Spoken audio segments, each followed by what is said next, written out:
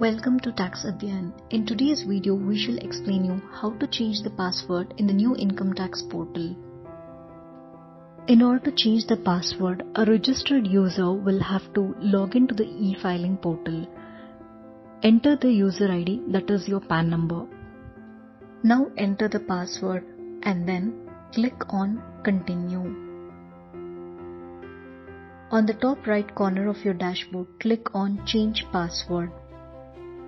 On the Change Password page, enter your current password and new password in the respective text box and confirm your new password in the Confirm Password text box. While entering your new password, be careful of the password policy. It should be of at least 8 characters and at most 14 characters. It should include both uppercase and lowercase letters.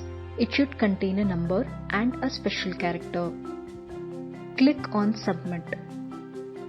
A success message along with the transaction ID is displayed. Please keep a note of the transaction ID for future reference. A confirmation email and SMS will be sent to the email ID and mobile number registered with the e-filing portal. Thank you for your time and we look forward to hear from you. For more such videos, watch our channel and follow our page on Instagram, Facebook and Twitter.